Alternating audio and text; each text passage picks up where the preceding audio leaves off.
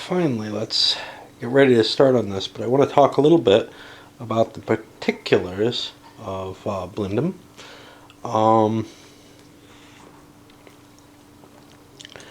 First of all, I think this is standard for the game. Each player has a set of these. Now there's an optional rule, and they kind of favor the Brits here with 2 2s for the French and a 1 versus 2 4s for the Allies and a 6 instead of a 1. There's an optional rule for play balance purposes because the French army is larger, but there's an optional rule that'll say, well, remove the 1 and the 6, and that'll give a more even distribution in terms of the game. At the beginning of the game, the 12 o'clock turn is something of an abstraction. It's just going to be a pure artillery duel in multiple rounds, and we'll look at that in a moment. And then in 12:30 we start the actual play of the game following the normal rules.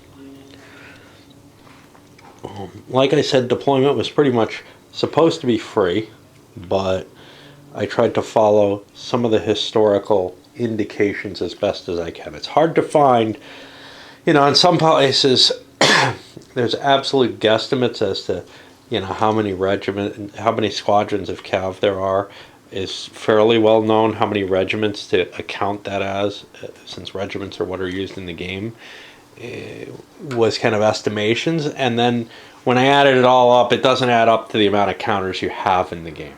So trying to follow that historical setup was really kind of a bitch, but I had no idea what I wanted to do. So I felt like I should at least try to deploy in what might be somewhat reflecting the situation. Plus, I like to do that. I like a historical setup when possible, and this is perhaps as good as one can get, although I may have the distribution of the forces so wrong in terms of how I'm actually going to use them. This deep wedge, is that reasonable? I don't know. Okay. There are a few special rules in the game. I still haven't finished my deployment. Missed the artillery one. Okay, so the artillery is going to start with the French firing each of their artillery units once, and then twice more both players get to fire their artillery once. I guess that's representing the Allied forces getting into position and setting and unlimbering their guns. Gives the French the first fire. No approach for this battle, except obviously here through this big swamp area. That's Prince Eugen's forces. All right, on to the special rules. So one of the special rules is that that's just what's where the French cav had just had a sort of a disease run through the horses. So for each French cav you deploy on horseback, you roll a die. If you get other than the dragoons, if you get a 6 or higher, I think they start with an immediate reduced marker, and then you can buy some of them off by dismounting your dragoons. And I bought you start off with some guaranteed dismounted dragoons.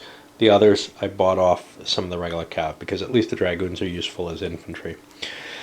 All my allied dragoons are mounted for the simple reason that to match the horse values that I had on the board, I needed more dragoons, and I ended up putting them over in this squadron.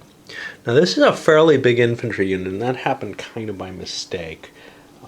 It's actually multiple units, but it just happened because the amount of leaders the game presents you with is, a limitation.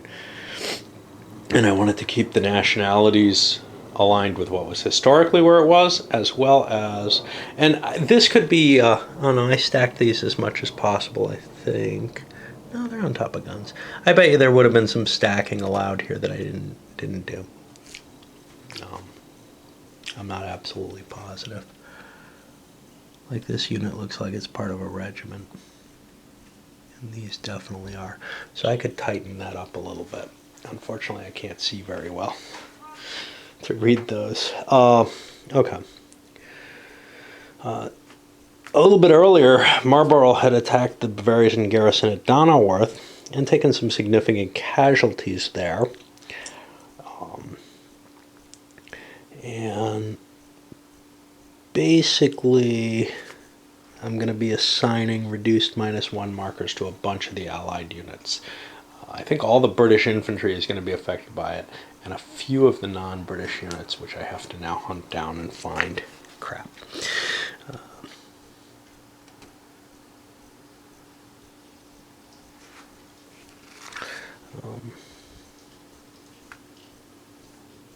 So whatever lines there are in the game are assigned to specific wings, even for the Allies. For the French, they're not going to be able to move things between lines at all, but to hinder their ability to react better, more realistically.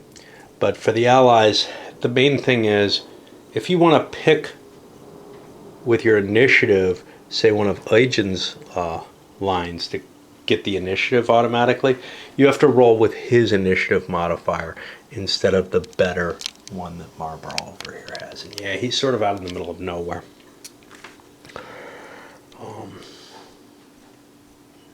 Replacement leaders. All the bridges are broken, which means they have no effect while they're destroyed. But if you have infantry or cav spend its entire movement allowance on either side with no enemy on the other side, you can repair this. This is necessary if you want to pull artillery across those. It's not because of the stream, it's because in order to move into the swamp hex on either side of the river, you need the road present. And in some places, it looks like there was no... Crap. I think these bridges are supposed to be broken too. Let me see. 5 crossings of the Nebel. I may have gotten them wrong. We got this one. 2508, that's this one. 2218, that's that one. 2524. That one and that one. It's 1, 2, 3, 4, 5. I think this one shouldn't be broken. I've got an extra break, and that means these bridges are okay, which are the ones that maybe are the most able to be easily fixed. Alright. And then you can't re-break them once they've been fixed. Tallard, the French commander, also has the ability to set fire to these villages, and I've chosen to do that. And these mills here, although that happened during the artillery stage. You can't enter the fire. The fire blocks line of sight. The 6 surrounding hexes are filled with smoke, which is why you see I'm not really near any of them, which will add 1 to movement point cost for the terrain. Any unit in the smoke hex, entering the smoke hex, rolls for a disorder, even if they're retreating, and the smoke blocks line of sight. Every turn after the first turn of the game, though, there's a chance that the fires go out, and each fire will be checked. Okay, we talked about the victory. We didn't talk about the breakpoint values. The Anglo army breaks at 170 points.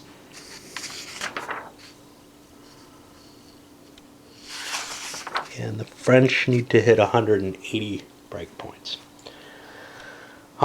We'll get used to what costs what when, but it looked like 1 or 2 points per unit, per strength point of the units, I think. Maybe it was per unit. Let's see what we had here.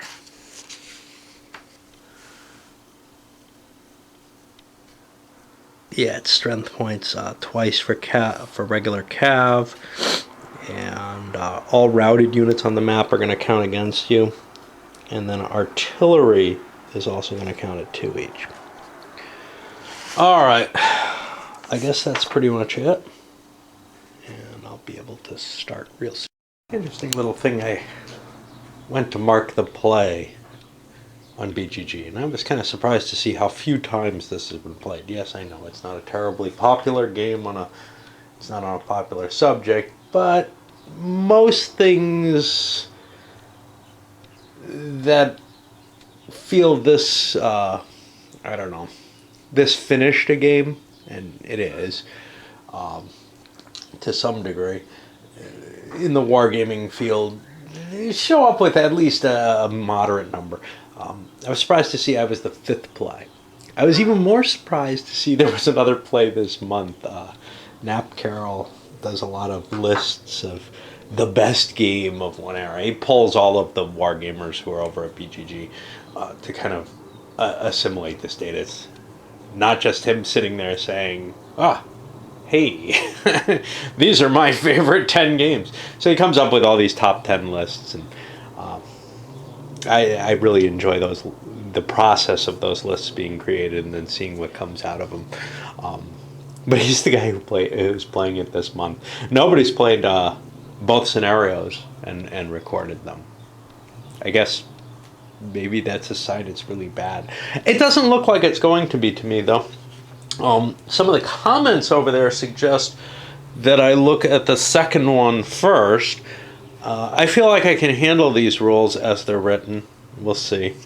There's definitely a state of, yes, it looks like this shifted gears rather rapidly, like some other games. You know, for example, I saw that with Lincoln's War recently, where it felt like it got released too early in the development process. You know, it had shifted gears, and not all of the effort was shaken out. So what I'm going to do now is artillery fire. And this is none too conclusive. Now, I'm not going to allow the Brits to do any reaction fire here. In fact, I don't think this whole initial artillery makes any sense to have reaction fire.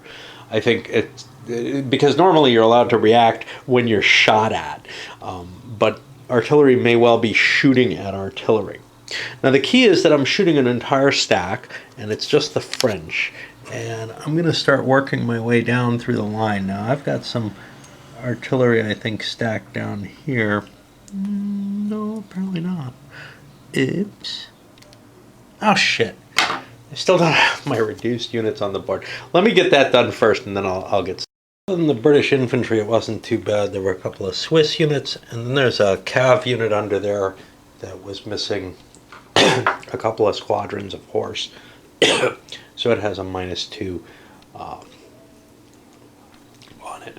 I don't know how applicable that is. I mean, missing actual whole squadrons, it feels like the strength should be reduced, but the unit should have enough cohesion that it would still have to take significant step losses to break. That's a little weird. Units that have been through hell and back again, I think giving them the, in recent days, I think giving them the penalty makes sense. I don't think it makes sense in this particular case. I think they probably should just remove the squadron, but we'll go with it as it is. All right, so the French are going to get to fire first, and I think my closest guns are over here. Now, I've got to define out all my guns. We can take a look at these guys. They're 3 6s, 4 8. One of them's a misprint. This one's not going to have line of sight. We got a 4.7 12-pounder here. I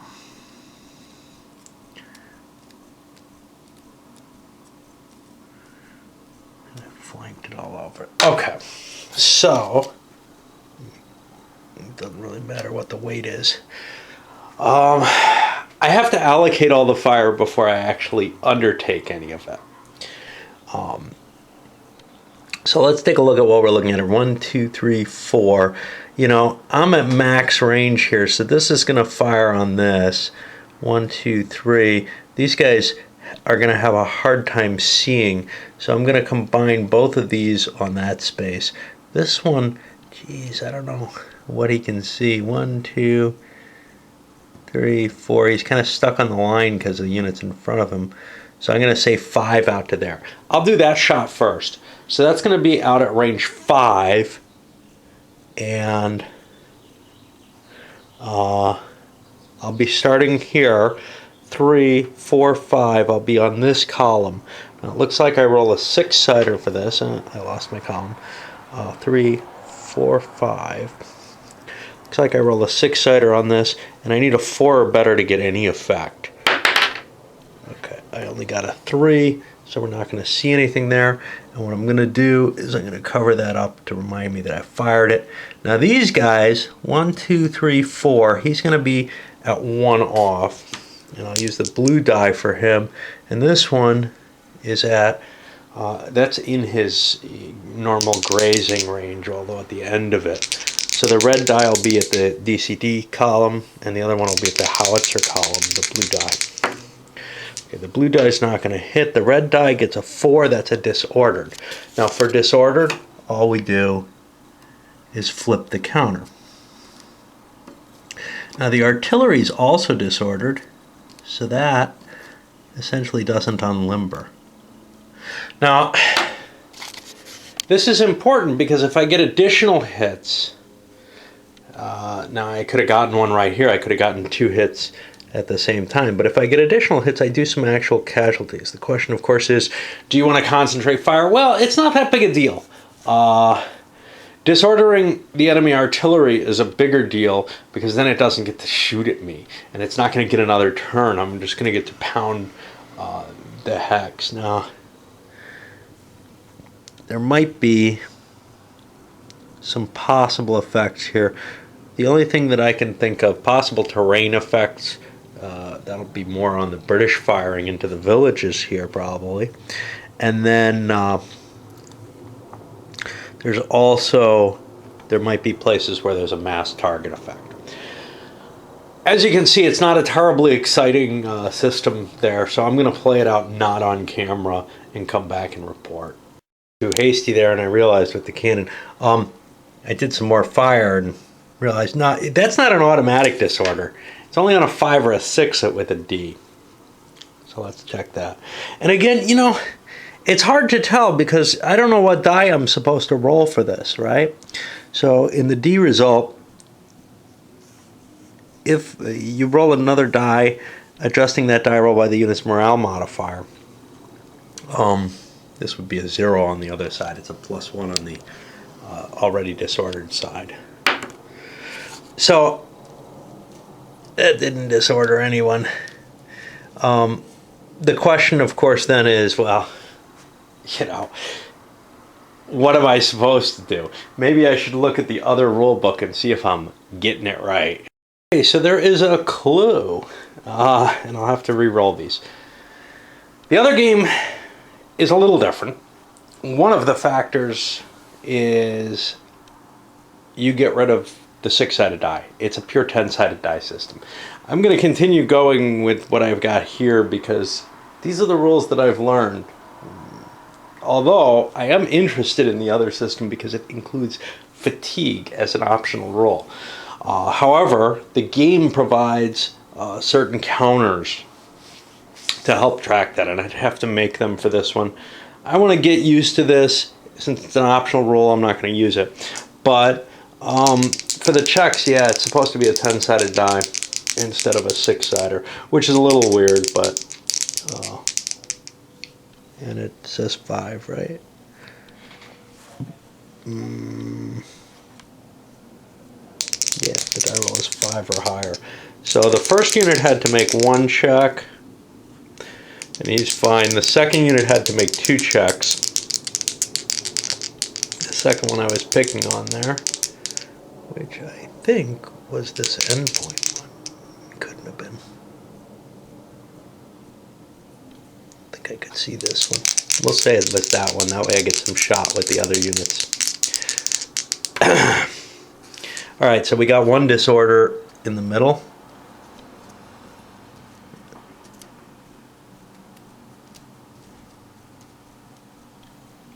And then we'll continue. Alright, looking at the other rules, which did indeed change the combat chart to a D10 chart, I noticed something interesting. these values were still going way beyond what they should ever possibly reach. I found the reason why, and it's in this rule set too. Unstacked foot from the same regiment can combine strength if they're adjacent to each other. So you can do combined fire for more effect as long as it's coordinated by a regiment. Does that make a lot of sense? Not really, but I'm not sure that the results of combined fire are terribly different or maybe more effective than the results of the sporadic fire. You might want to do either. It gives you another option where you have more of a likelihood of doing something. But let's say I'm on the 7 to 8 table instead of the 4 table. Well, I've got a pretty good chance of disordering the unit. But if I'm on the 4 channel table, I have a pretty good chance of disordering him twice. So, I'm really not. I think I'd probably want to split fire most of the time unless I really needed to get a hit. An absolute hit, because remember, you roll a die on these Ds. But then again, if they're already disordered, I think you do not.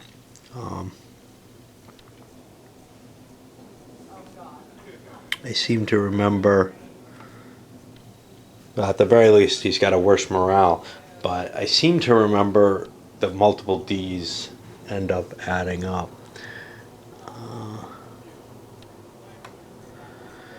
Let's see, unit flip to disorder. If it is already disordered, roll again. So yeah, I guess this is if a unit's already disordered and it takes a disorder result, it'll be affected by this. So we'd still have to make the die roll check.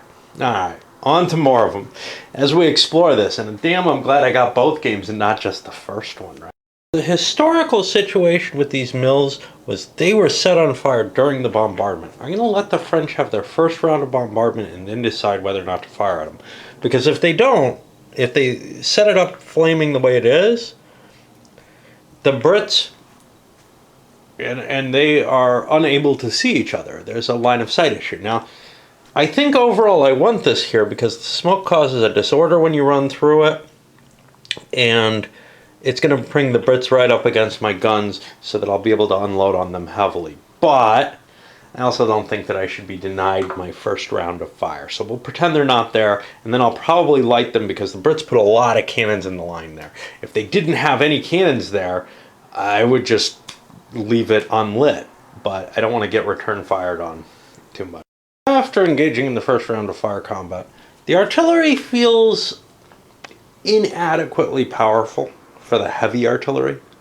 I don't mind so much with the light stuff, but the heavy stuff, I shouldn't have a 24 pounder out here in front.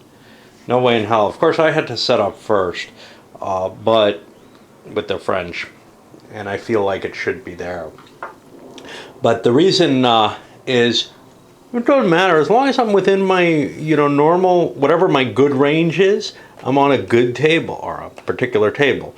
If I'm at a worse range, if my range gets bad, then I'll be at a worse table. But, if I knew this setup was going to be in place, which the French cannot know because they have to set up first, I would have probably set my guns up at the longer ranges with the heavier guns. Maybe set up a battery up here to try to command the height from the heights there.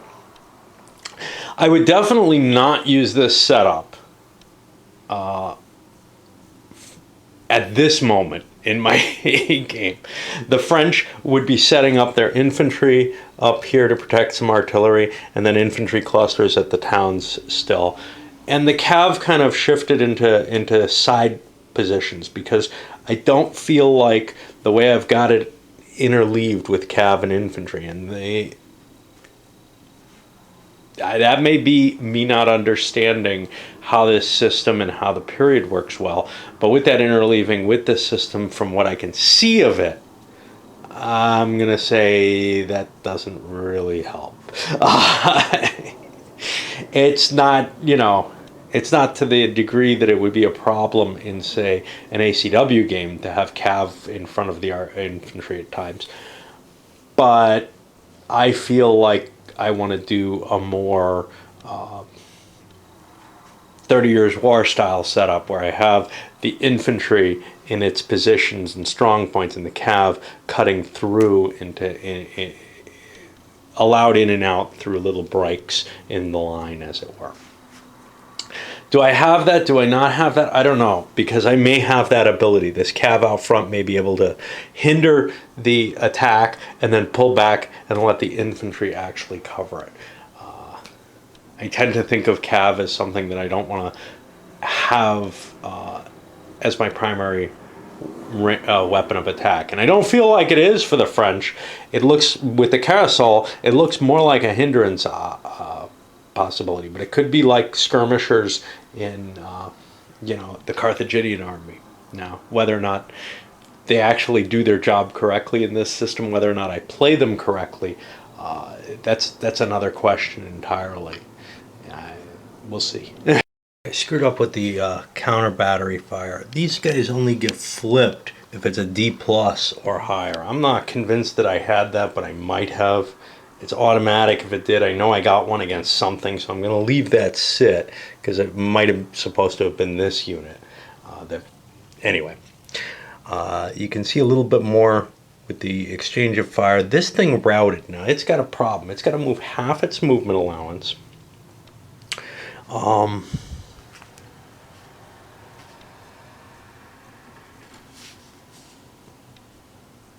And that seems to be about the only restriction, so I can kind of route along the side here. I can't go through another unit.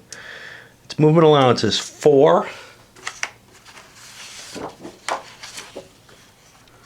Somewhere or another. I don't want to throw this here, because that'll be a mess.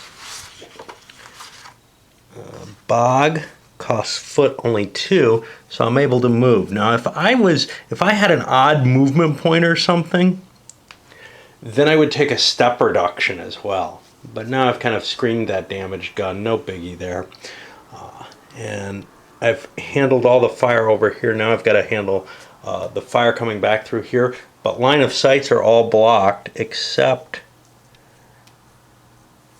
to and from this gun. There might be there's a line of sight from it. I don't think the French have any guns that can face it, though.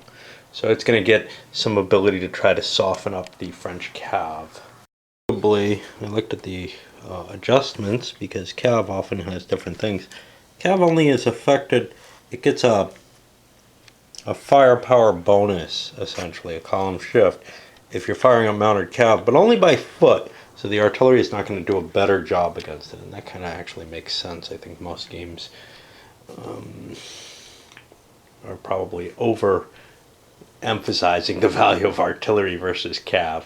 Certainly in this era with the slow fire artillery, it's not going to be able to do much at all that's different. Okay, and we finish up that special artillery only round. We'll be starting the actual battle here. And I actually knocked out that routed unit. The artillery is still here. Nothing. I could have shot at it, but the chances of hitting artillery alone is low. Routed another unit off the line here. That's going to break up this line, but I could include it in this. I could redefine the line to include this. So as long as I'm within range, which I am, that'll be an allowable thing, because these are all part of the well, I'm allowed to shift between lines anyway, so that's not a big deal. If it was the French, I'd have to be trickier, because hey, is this a division between the main wings? It is not, however. My wings, the center wing is quite large, but to tell you the truth, this wing is large too. It's just very, very densely packed. The left wing under Maximilian is pretty weak, actually. All right, but the loss is an 8-point unit. Wow, that's a big unit. And one of the biggest things with strength, other than melee combat, a big unit, well, I guess it can take some casualties or something. But the big factor, I mean, it's not like it subtracts from the strength, is that it's worth more if I kill it. Which means I was kind of silly for putting those big-looking units up front. The other thing that they're good at, the positive factor of it, is that it helps me when I'm facing a shock situation.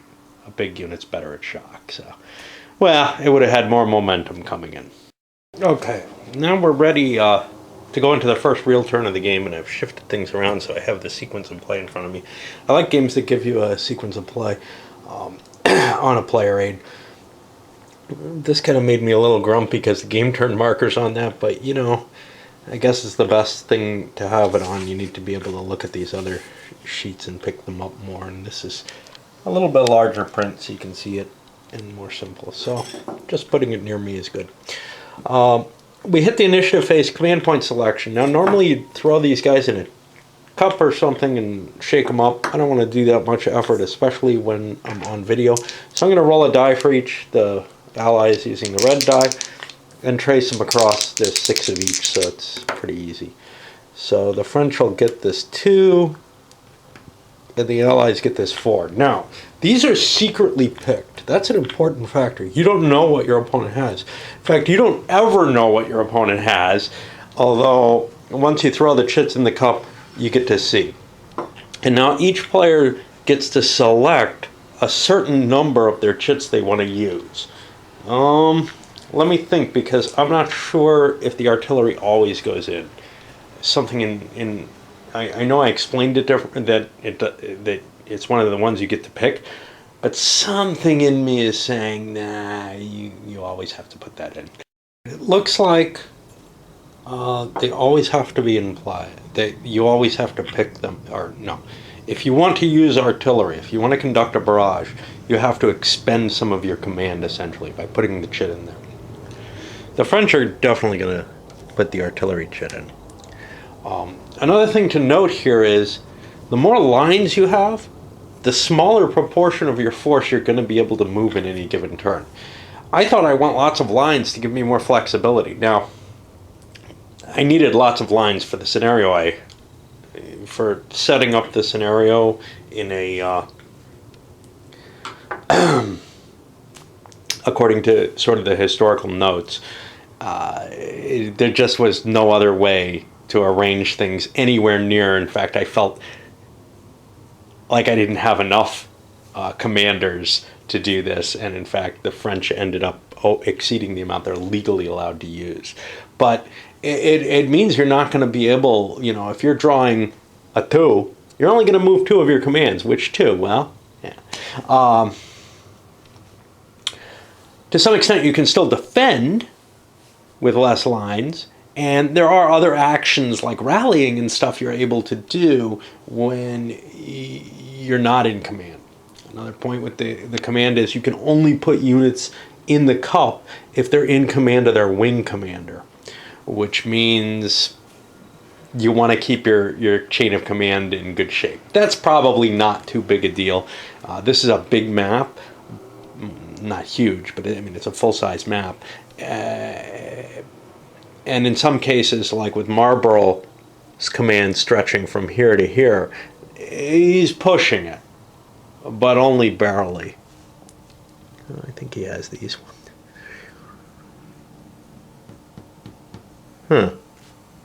Well, I don't think he has these guys in command. Maybe I want him somewhere else. See, that's not going to work. Wow.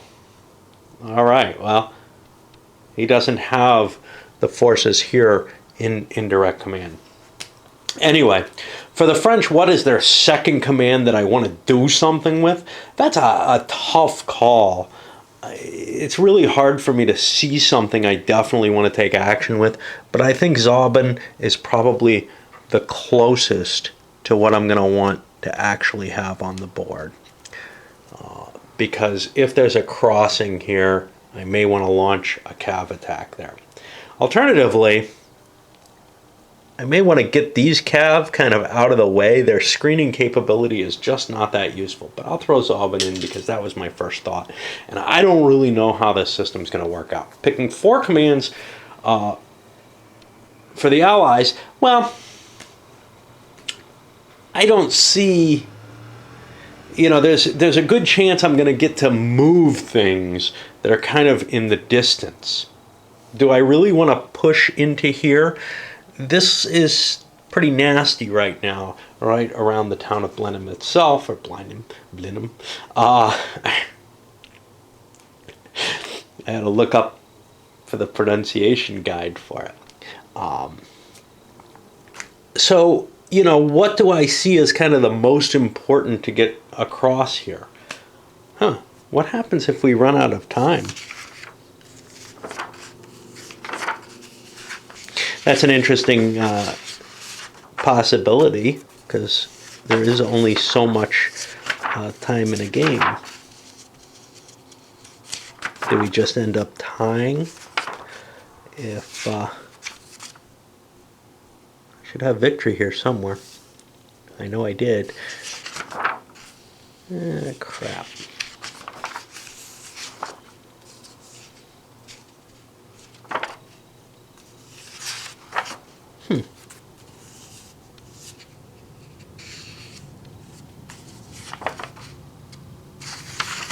I guess you end up with a draw, essentially, if you can't get the automatic tactical or the army breaking. Certainly you could look at the points and compare them and say, well, I caused a lot more damage, so I won some sort of minor victory if it's significant enough. But that's not spelled out in the victory conditions at all. Okay, so I don't know what in particular to pick with the Brits. This has gotten kind of chewed up. I'm afraid to move. I can't pick it, actually, because it's out of my range. So I guess I want to look at my orders and see. I know I talked about the rule in the rules that you roll to see, but I didn't specify how you roll when you're outside the limb. Give an order in the order phase. 7.21.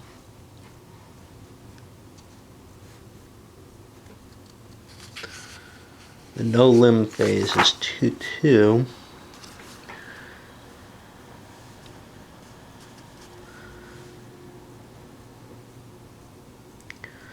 So I have to roll equal to or less. So the bigger that number, the better. That's what I would have thought. And they look like they're all 2s for the most part.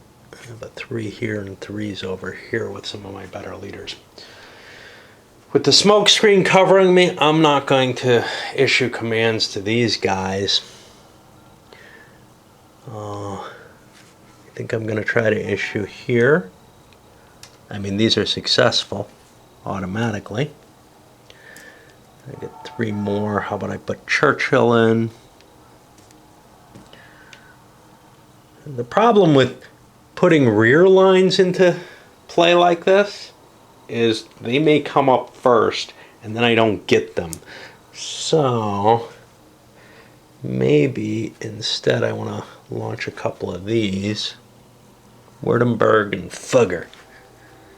Although I kind of wanted to hold them off as a bit of a reserve. I do kind of have to get some ground on them. The Bavarians are weak facing them.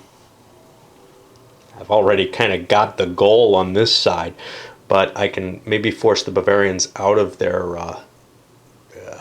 defensive position by trying to put some pressure on the flank there.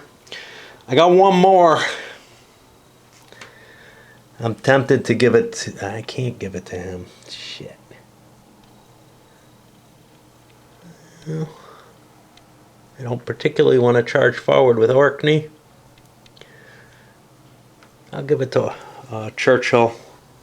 And no, I don't know who that's supposed to represent. I can try to look that up. I think it's in here. I don't know if that's like Marlborough's brigade command somehow magically under his command, or maybe a brother of his on the field here, or some such.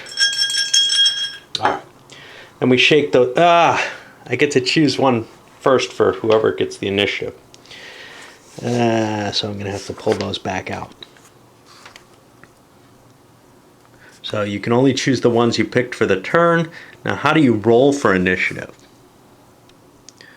You roll 1 die. I'm going to say that's a 10-sider. Doesn't specify. but my feeling is the 10-siders are the primary. And I'm going to, do I really care which side? You know, I'd actually rather use Eugen here with his +1, so we're actually at even, although I think the Allies have it automatically on the first turn of the game in this battle.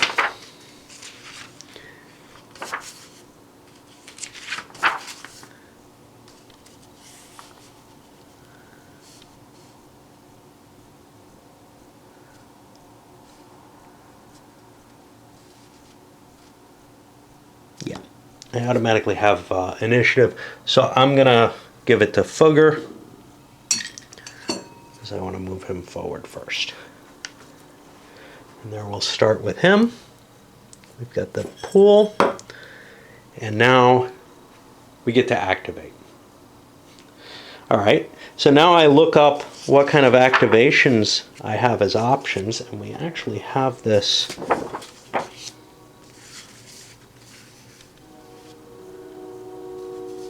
You can probably do rapid movement.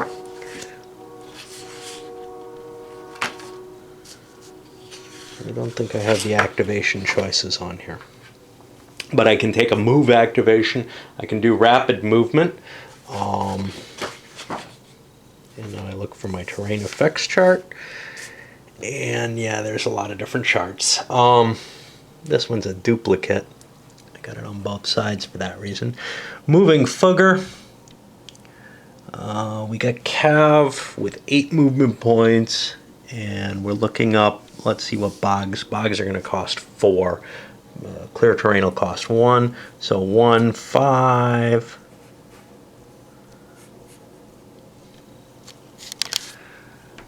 This is going to be Wurtemberg's command. So I could keep pushing forward here, but I chose not to. 1, 2, 6. Let's spread out a little bit.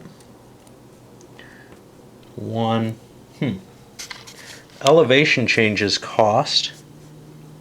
I guess that's supposed to be a +1 there, not just a 1. So I think I spent an extra 1 somewhere. Okay. And now I flip Fugger over to his finished side. And he's done. And I'll put him over here. That should help remind me of something or another that I used him. And now we start picking. What did we get? You know, what's our next one? And there's a lot more Allied than there are French ones. I get Wurtemberg. And I'm going to be pushing him up through this swamp too. The difference? Well, the bog for foot costs 2, but foot has a slower movement point allowance. So let's see. 1, 2, 3. 1, 2, 3. 1, 2. How much does that stream cost? Probably 1. 3, 4, 5. 1, 2, 3, 4, 5. 1, 2, 3, 4, 5. 1, 2, 3 because of the terrain change. That probably affected him too. And this guy. Uh-oh. 1, 2, 3. 1, 2, 3. 2. And we'll just pull ourselves into a position. And he has a tactical movement, I think, of 12. I'm not sure which is which. Probably doesn't matter for me to look it up right now. No, that's his strategic. His tactical is only 8. So we'll push him up here. And he's still in command after that. All right. And I'll put this back. I'm not going to look into too much detail at this point. I'm just wasting video by doing it. I was just talking about rapid movement and then I didn't do it. But I pushed him forward some more movement points. I may have lost a movement point here and there. Well, with many of the units because I was moving 5 and then 5 instead of a full 10 or 8 and an 8 instead of the full 16. I'll live with it. It's the beginning of the battle. They got off to a slow start. No problem, right? All right. Realizing I probably should have thrown some artillery in for the Allies. Anyway, I activated Churchill's unit, the cav here, and slid them around and through using the rapid movement. Get them into position for, putting some pressure from this side. I'm kind of worried about that flank anyway. The game doesn't discuss it, but I'm assuming that's Charles Churchill, who was very much working with John, the Duke. He raised the army up for the campaign, etc., and was another general. All right, let's see what our next pick is, since that can be a dramatic point. Okay, I got Inglesby, who is, he's up here. You're going to see him pushing through. He's got a problem because he's got a routed unit, and I got to figure out what to do about that. Turns out I put too few chits in, didn't I? No, Wardenberg was there. Okay.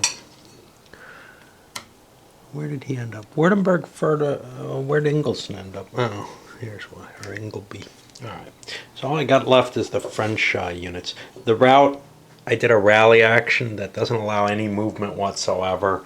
Probably a waste of an activation, but it's kind of what, I can't be leaving units behind. I haven't launched my attack yet. All right, now we get the French artillery, and they're going to get their chance to unleash once more. Not through the smoke though, but up here to try to pound this unit, which really can't do much anyway, unless it gets its in command. And I move Zauben over, over to cover a gap here. Now I have a potential problem because I think I'm going to be out of command from Marson.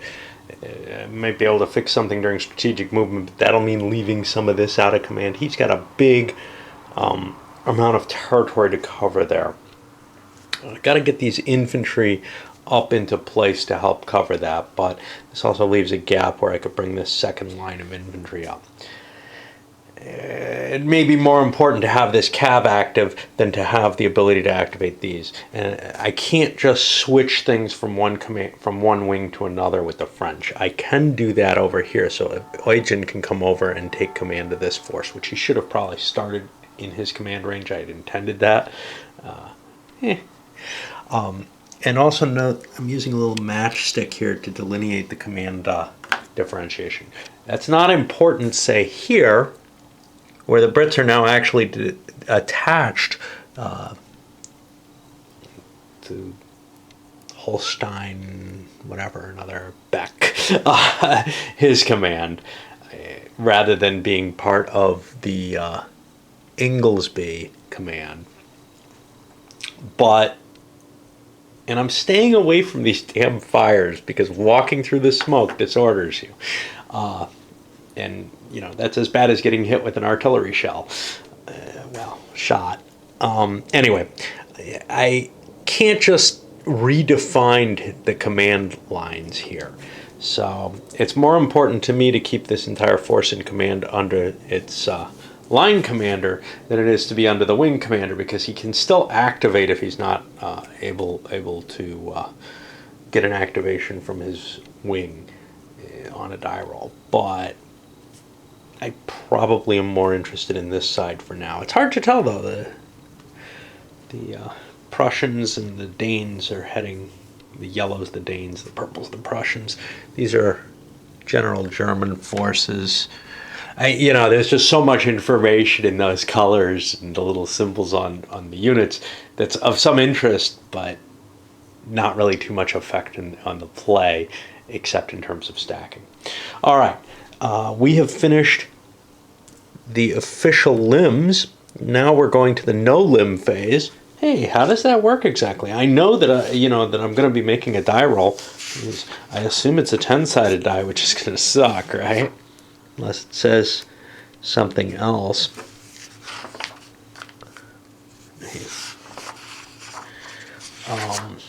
But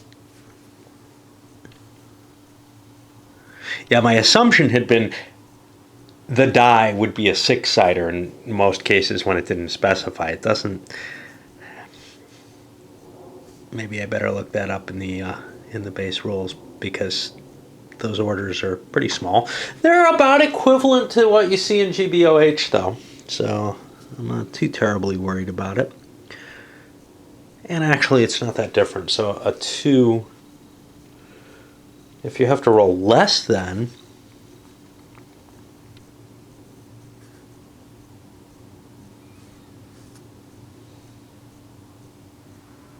no, it's equal to or less than. So you've got a 1/3 here and about a 1/3 here. So it really doesn't make much difference which die I roll for the 2s.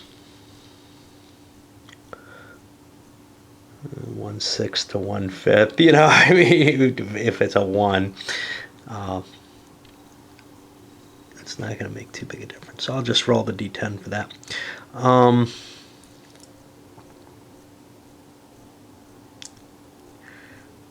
Okay, so it's going to be done in alternation, one unit after the other, and I can use the finished side to indicate what I've done. The initiative player goes first. I don't know what I'm going to do. The question here is whether the artillery has a chance to fire here. I don't think that mattered too much, because I get counter fire over here that I forgot to take. Let me take care of that while I remember. Fortunately, neither this nor the other rule book for Fields of Glory over here, which I now have out because I think I'm going to need to reference it fairly regularly, state anything about the artillery being able to be selected for this. You select a line commander, which the artillery is not. It has a limb, but it doesn't have a line commander. My assumption there is if you don't give the artillery an order to fire, they'll be conserving ammo or something like that. You're not making the effort to try to supply them. I don't know. Something along those lines. So, the real choice is what I want to do with my no limb. And basically, I'll be allowed to give a restricted... I can either rally or move up to half the movement allowance, and I can't move particularly close to the enemy. So I'm going to do an automatic activation of these to push the cav forward a little bit. And I don't want to burn up too much of this video because we've used up a lot of time already.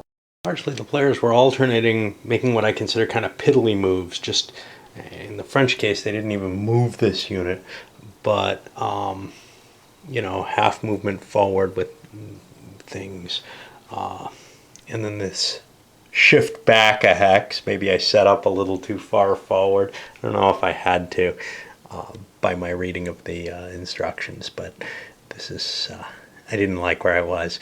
But now the English under Orkney, I started looking at trying to get through here with these fires, and they're going to break up my line. I can only move one hex forward because of the yucky terrain, and I succeeded in my die roll. Otherwise, I would just sit there and wait for the fires to go out. But I don't feel like I want to do that. So I'm just kind of turning the entire command and trying to push it past over here to create an issue there. We'll see what the French do about that. I could see this shifting over quite easily. The danger to this, of course, is if those fires go out, the French can then attack the artillery flat out, knock them out, and gain a pretty good advance on, you know, in terms of territory that'll have to be regained, that'll have to be gained, that should be easy for the British to take. If the French are positioned in Blenheim. On the bad side, of course, there's some artillery in the city or in the town, and well, that'll be screened then, just as the Brits would be screening theirs if they marched out in front of it. It doesn't matter a whole hell of a lot when there's raging fires in front of you, but I'm not sure why you can't fire through them kind of blindly at horrible rolls, but they're unwilling to waste ammo. I'm done with my line commands. Mainly I've taken automatic ones. Moving this line of cav forward, it's stretched out pretty far into its command radius at this point. He's as far as he can be, and I gotta worry that I'm outside the range of Marson. Marson has to not worry about this, but worry about this as well. So he's kind of extended himself in a way that's going to be a problem if I can't fill out. And these guys are moving quite slow. You can see I didn't use everyone. I had to use General A. He wants to do a rally. He's got some disordered units. The English across from him also rallied. I'm not sure how valuable, they're going to be sitting there for a while, constantly taking artillery fire. Eventually, they're just going to have to decide to hell with it and move forward. But at this point, they didn't want to make that charge. I don't know. I'm outnumbered by the French, yet on the attack. Yeah, so was Marlborough. But to me, that's a very, very tough position to try to figure out. Now, obviously, I must have better troops, and somewhat better leadership is no question. So I'm hoping to be able to take advantage of that, but maybe not if I'm as cautious as I tend to be. Maybe I won't be able to. It's really tough to go charging through the swamp, though, into those guns and into a prepared unit that can keep rallying or whatever it needs to do. Really hard. And all my sense tells me, don't do that. Try to win where you can, maybe where he's not dug into a town, whatever. Anyway, this is what we're seeing here. I don't think I have any fully out of command units, so we're not going to have to worry about that. I didn't leave anything routed, so nothing's going to run. And now I get this strategic movement where I can move all my commanders to make sure that they keep their units in command, and on top of that I can move my army or my wing commanders to try to get their wings fully into command. Okay, that gets us through the 1230 turn to 1300. Little observations. The chit pull so far isn't bothering me one bit. I was worried it would maybe be kind of annoying. I kind of like the how many chip pulls do you get being a chip pull itself that the other player doesn't even know. There's a lot of uncertainty when you walk in. It doesn't mean you can't use the units. It just means they're not going to work quite as effectively, or you can take a chance and they may just do nothing at all. I don't think it's as extensive as Musket and Pike's or CWB's designs on handling limited control, but it is a nice, elegant way to impose a little bit more restriction and a little bit more difficulty than you have in some games. I'm very glad that not all units can move. It's also the fact that I'm glad that it's difficult to move units, especially when you have to start turning them. The 1 point per vertex cost, man, that hurts. It really hurts. So, you're not seeing these big sweeping changes of direction like you can see in a Napoleonic battle. I think it fits very nicely in with this system, just as it did in Musket and Pike, and just as it does in a number of other systems. I'm a little more worried about it in what I had out recently, Wellington's victory in Ney versus Wellington. I felt like it was a little too cumbersome there for a Napoleonic system, but it really does feel right here in a linear system. Less detail than, say, Battles of the Age of Reason gives you, but at a much, much lower cost in terms of the fiddly efforts. I'm finding this playable without too much disagreement. But it's not the movement that BAR bugs me with. It's all those firing rolls for every hex move. All right, this one's going up. It's long enough.